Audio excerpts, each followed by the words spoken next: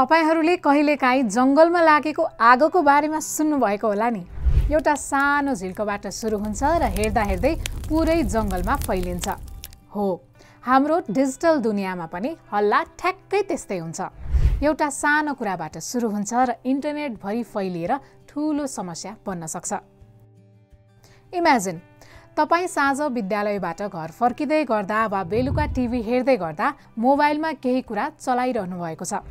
अचानक तपाईँले एउटा खबर देख्नुभयो।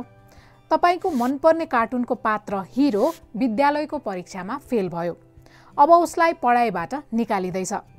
यो खबर सुन्नासाथ तपाईँलाई कस्तो लाग्छ?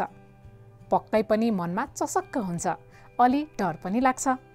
तपाईँलाई लाग्छ, ओहो, यो त ठुलो खबर हो। अनि के गर्नुहुन्छ? हतार हतार आफ्ना साथीहरू, दिदीबहिनी र परिवारका अरू सदस्यहरूलाई पनि यो खबर सुनाउनुहुन्छ वा मोबाइलमा सेयर गरिदिनुहुन्छ।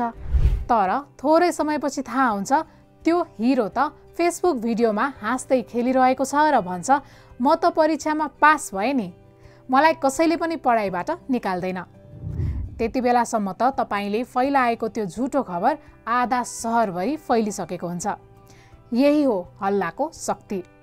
यस्ता खबरहरूले प्राय हामीलाई डर देखाउन, रिस उठाउन वा छक्क पार्नका लागि बनाइएका हुन्छन् र हामी भावनामा बगेर राम्ररी नसोचिकन नै सेयर बटन थिचिदिन्छौँ। अब सोच्नुहोस् त, हामी किन यस्ता झुटो कुरामा सजिलै विश्वास गर्छौँ होला? यसका 3 मुख्य कारणहरू छन्। पहिलो छ कन्फर्मेसन बायस।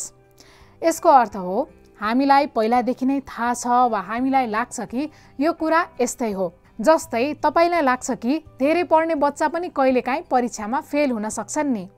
जब तपाईँ हिरो फेल भयो भन्ने खबर सुन्नुहुन्छ, तपाईलाई लाग्छ, ए हो त होला नि, यस्तो त भइहाल्छ। अनि तपाईँ तुरुन्तै पत्याउनुहुन्छ। हामीलाई मनपर्ने वा हामीले सोचे जस्तो कुरा आयो भने हामी त्यसलाई सजिलै विश्वास गरिदिन्छौँ। दोस्रो छ इमोसनल हुक्स। कहिलेकाहीँ हामीले हेर्ने खबरको शीर्षकमा तत्काल, सावधान, अविश्वसनीय जस्ता शब्दहरू लेखिएका हुन्छन्। यी शब्दहरूले हामीलाई झस्काउँछन्, मनमा डर, रिस वा कौतूहल, के होला भन्ने जिज्ञासा जगाउँछन्। जब हामीलाई डर लाग्छ वा रिस उठ्छ, तब हाम्रो दिमागले राम्ररी सोच्न छोड्छ र हामी हतारमा निर्णय लिन्छौँ। तेस्रो रहेको छ सोसियल प्रुफ। यसको अर्थ हो अरू धेरै मानिसले पत्याएका छन् भने त्यो साँचो हो भन्ने सोच्नु। तपाईँले देख्नुहुन्छ नि, एउटा पोस्टमा 100औं, 1000औं लाइक, कमेन्ट, सेयर भएका छन्। त्यो देख्दा तपाईँलाई लाग्छ, ओहो, यति धेरैले विश्वास गरेका छन् भने त पक्कै साँचो होला। अनि नसोचिकन तपाईँ पनि त्यही भिडमा मिसिएर त्यो हल्लालाई अगाडि बढाइदिनुहुन्छ। तपाईँहरूले भाइरल भयो भन्ने शब्द सुन्नुभएको होला।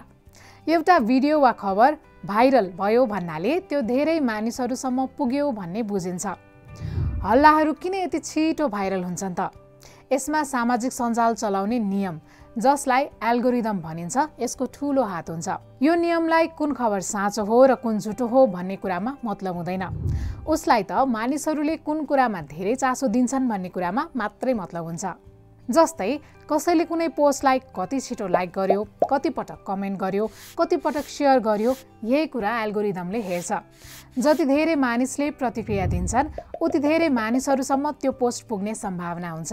त्यसैले झुटो भए पनि मानिसहरूको भावनालाई छुने खालका खबरहरू सजिलै भाइरल हुन्छन्। यी हल्लाहरू कहाँबाट आउँछन् त? गलत बुझाइ। कहिलेकाहीँ कुनै मानिसले एउटा जानकारी आधा मात्रै सुन्छ वा पढ्छ अनि त्यसलाई अरूलाई सुनाउँदा बिगारेर सुनाइदिन्छ।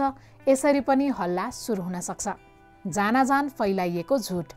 कहिलेकाहीँ त केही मानिस वा समूहले आफ्नो स्वार्थ पूरा गर्नका लागि, जस्तै चुनावमा कसैलाई जिताउन, कसैको बेइज्जत गर्न वा पैसा कमाउनका लागि जानाजान झुटो खबर बनाउँछन् र फैलाउँछन्। पुरानो कुरालाई नयाँ सन्दर्भमा जोड्नु। कहिलेकाहीँ कसैले पुरानो फोटो वा भिडियोलाई अहिले भर्खरै घटेको जस्तो बनाएर प्रस्तुत गर्छन्। जस्तै 10 वर्ष अघिको कुनै ठुलो वर्षाको फोटोलाई आजको बाढी भनेर देखाउँछन्। हामीले राम्ररी नसोचिकन गरेको एउटा सेयर कसैलाई डराउने, समाजमा डर फैलाउने वा अनावश्यक दुःख दिने कारण बन्न सक्छ। तर हामीले एकछिन सोचेर गरेको एउटा पज वा एउटा सानो सावधानीले हल्लालाई रोक्न सक्छ। सत्य कुरालाई बचाउन सक्छ र हाम्रो यो डिजिटल संसारलाई अझ राम्रो र सुरक्षित बनाउन सक्छ।